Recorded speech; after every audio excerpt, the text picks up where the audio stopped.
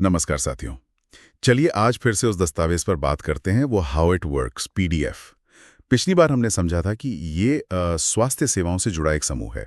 इसके पास सारे ज़रूरी कानूनी दस्तावेज हैं और ढांचा भी है, मतलब नेशनल लेवल से गांव तक। और याद होगा हमने ये भी देखा था कि ये मुनाफे और गैर मुनाफे दोनों तरह के काम करता है। गैर मुनाफे वाले कामों से, जैसे मुफ्त सेवाएं देकर, ये एक तरह से साख बनाता है ना। लोगों का भरोसा जीतता है, जिससे मरीजों का एक बेस तैयार होता है। और फिर उसी बेस पर संगठन की जो दूसरी इकाइयां हैं वो आय और रोजगार बनाती हैं।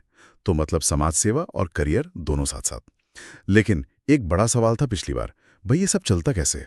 ये पूरी व्यवस्था, ये अलग अलग इकाइयां, ये काम कैसे करती हैं आखिर? तो आज चलिए इसी की तह तक चलते हैं।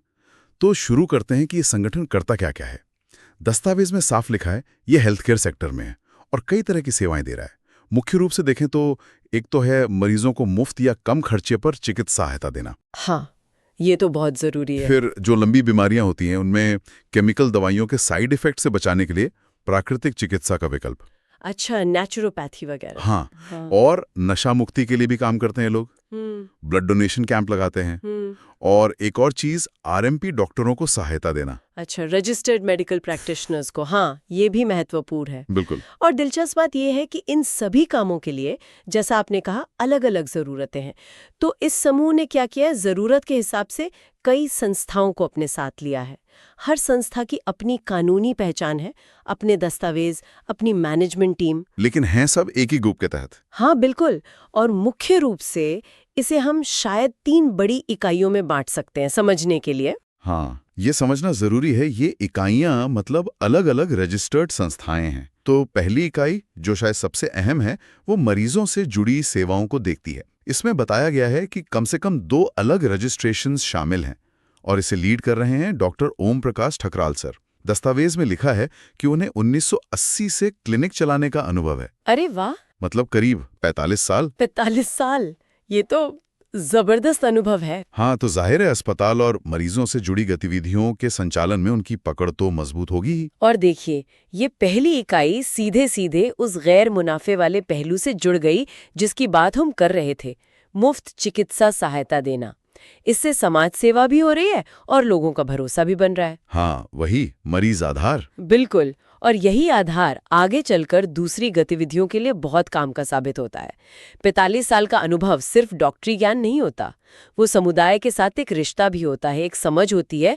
एकदम सही कहा, वो भरोसा शायद इसी अनुभव से आता है। अच्छा, तो ये तो हुई मरीजों की बात, लेकिन वो करियर और रोजगार वाला पहलू, वो कहाँ है? हाँ, तो उसके लिए आती है दूसरी इकाई। दस्तावेज के हिसाब से ये दूसरी इकाई पैरामेडिकल गतिविधियों पर फोकस करती है। इसमें 3 रजिस्ट्रेशन शामिल बताए गए हैं। और ये इकाई क्या करती है, पैरामेडिकल फील्ड में सर्टिफिकेट और डिप्लोमा कोर्स चलाती है। और यहाँ एक बहुत ही मतलब रोचक बात लिखी है कि इनके जो सर्टिफिकेट और डिप्लोमा है वो न सिर्फ पूरे देश में नौकरियों के लिए मान्य हैं, अच्छा, बल्कि वीजा के लिए भी काम आते हैं। अरे वाह, ये तो बहुत बड़ी बात है। हाँ, ये तो सीधे सीधे युवाओं के लिए रास्ते खोलता है, शायद विदेश में भी। और इस इकाई को कौन चला रहा है? श्री गुरमीत सिंह जी, उनके बारे में बताया गया है कि वो 2016 से एनएसडीसी से जुड़े हैं। National skill development corporation, skill India वाला। हाँ, वही। तो मतलब इस फील्ड में करीब 9 साल का अनुभव हो गया उन्हें। और ये भी लिखा है कि उन्होंने एनएसडीसी के 5 अलग अलग ट्रेनिंग पार्टनर्स के साथ मिलकर दर्जनों वोकेशनल कोर्स प्रोजेक्ट चलाए हैं। तो साफ है कि ये जो सर्टिफिकेशन और डिप्लोमा कोर्सेज का काम है, इसमें वो एकदम माहिर हैं। और देखिए, ये दूसरी इकाई कैसे उस शानदार करियर वाले वादे को पूरा कर रही है। एनएसडीसी से जुड़ाव का मतलब है कि कोर्सेज की क्वालिटी और मान्यता पर ध्यान होगा। हाँ बिल्कुल। तो ये इकाई न सिर्फ युवाओं को पैरामेडिकल क्षेत्र के लिए तैयार कर रही है, जो आजकल तेजी से बढ़ भी रहा है, बल्कि रोजगार के अवसर भी बना रही है। अब सोचिए, हाँ, पहली इकाई जो मरीजों की सेवा कर रही है, उसे भी तो प्रशिक्षित लोग चाहिए होंगे। हाँ बिल्कुल। Lab technician, nursing assistant, physiotherapy सहायक वगैरह। तो हो सकता है इस दूसरी इकाई से निकले छात्र सीधे पहली इकाई में या उससे जुड़े सेटअप में काम पा जाएं। अरे वाह। ये वाकई एक जुड़ा हुआ आत्मनिर्भर मॉडल बनाने की कोशिश लग रही है। स्किल डेवलपमेंट, रोजगार और हेल्थ केयर सब एक साथ। ये तो कमाल का कनेक्शन है। मतलब जो कोर्स कर रहे हैं उन्हें प्रैक्टिकल ट्रेनिंग और नौकरी भी शायद वहीं मिल जाए। एक पूरा इकोसिस्टम जैसा लग रहा है ये तो। अच्छा, दस्तावेज में एक तीसरी इकाई का भी जिक्र है, उसके बारे में क्या पता चलता है? हाँ, एक तीसरी इकाई भी है। जानकारी ये है कि ये मुख्य रूप से 2 चीजों पर ध्यान देती है। एक तो पुरानी बीमारियां, मतलब क्रॉनिक इलनेस। जैसे डायबिटीज, ब्लड प्रेशर। हाँ, बिल्कुल। और दूसरा आरएमपी डॉक्टर से संबंधित गतिविधियां। इसमें 2 रजिस्ट्रेशन बताए गए हैं और इसका संचालन नूर हसन शाह करते हैं। अच्छा, पुरानी बीमारियां तो आजकल बहुत आम हैं और आरएमपी डॉक्टर, जैसा हमने कहा, ग्रामीण स्वास्थ्य की रीढ़ हैं, तो ये तीसरी इकाई का काम भी काफी महत्वपूर्ण लगता है।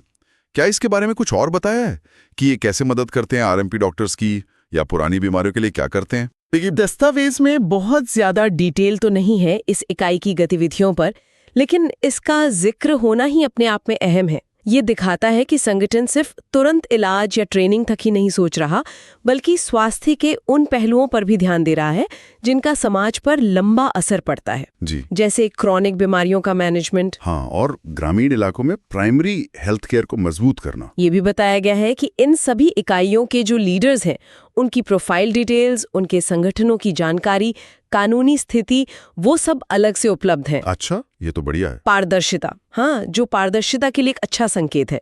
कोई चाहे तो और गहराई से जांच कर सकता है। पारदर्शिता तो बहुत जरूरी है किसी भी संगठन के लिए। चलिए अब उस बात पर आते हैं जो मुझे सबसे ज्यादा दिलचस्प लग रही थी, पहली और दूसरी इकाई के बीच का तालमेल। दस्तावेज साफ कहता है कि पहली इकाई मरीज सेवा और दूसरी इकाई पैरामेडिकल कोर्स एक दूसरे के साथ मिलकर कोऑर्डिनेशन में काम करती हैं, और इसी से वो आकर्षक हेल्थ केयर कॉन्सेप्ट बनता है जिसका हमने शुरू में जिक्र किया था। जरा सोचिए इस मॉडल के बारे में। एक तरफ वो लोग हैं जिन्हें इलाज चाहिए पर शायद महंगा इलाज नहीं करा सकते, उन्हें मदद मिल रही है। दूसरी तरफ वो नौजवान हैं जिन्हें हुनर चाहिए, रोजगार चाहिए, उन्हें पैरामेडिकल में ट्रेनिंग और मौके मिल रहे हैं। दस्तावेज इसे कहता है उत्कृष्ट स्वास्थ्य संबंधी समाज सेवा और बेरोजगार नौजवानों को एक उज्जवल भविष्य का संगम।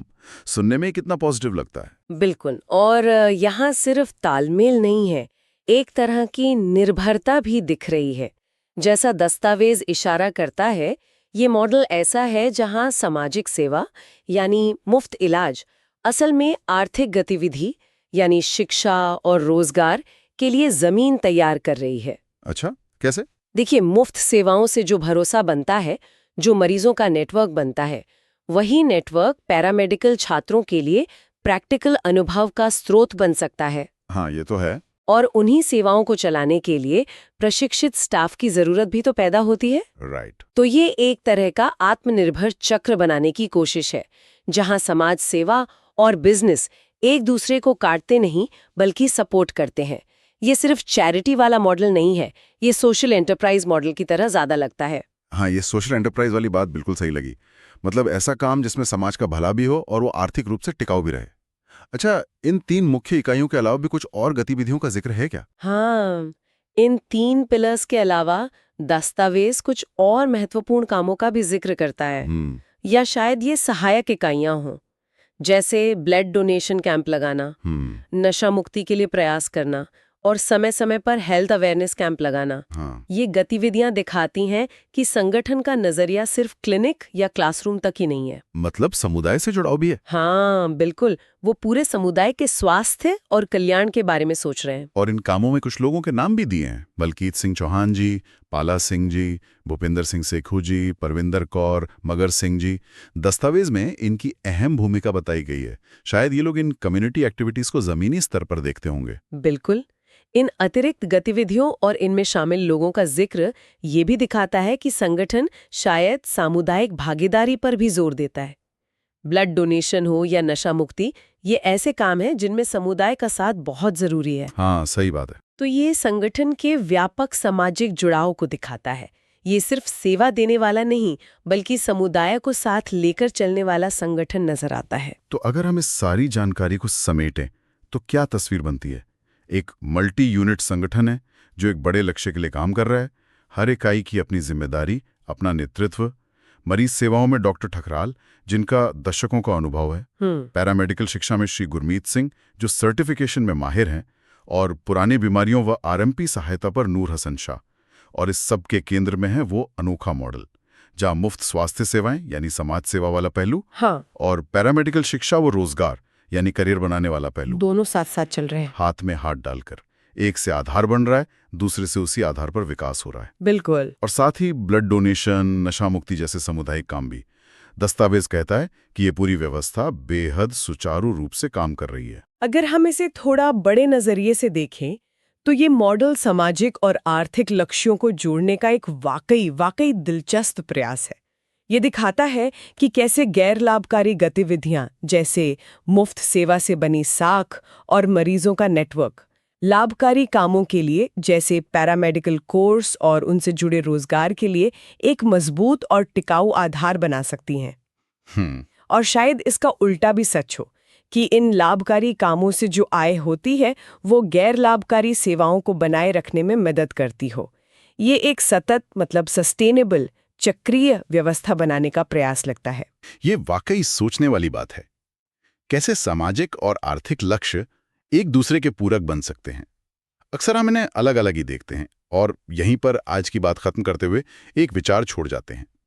दस्तावेज कहता है कि ये व्यवस्था सुचारू रूप से काम करती है, लेकिन सोचिए, अगर इस तरह के मिले जुले मॉडल को, जहां समाज सेवा और बिजनेस इतने जुड़े हुए हों, अगर इसे और बड़े पैमाने पर लागू करना हो, शायद अलग अलग जगहों पर या अलग सेक्टर में, ये अच्छा सवाल है। तो किस तरह की चुनौतियां आ सकती हैं? क्या हमेशा ये संतुलन साधना आसान होगा सामाजिक मूल्यों और व्यावसायिक हितों के बीच? क्या इस मॉडल की सफलता कुछ खास लोगों या परिस्थितियों पर ही निर्भर करती है, या इसे कहीं भी कभी भी दोहराया जा सकता है? इस पर सोचना दिलचस्प होगा।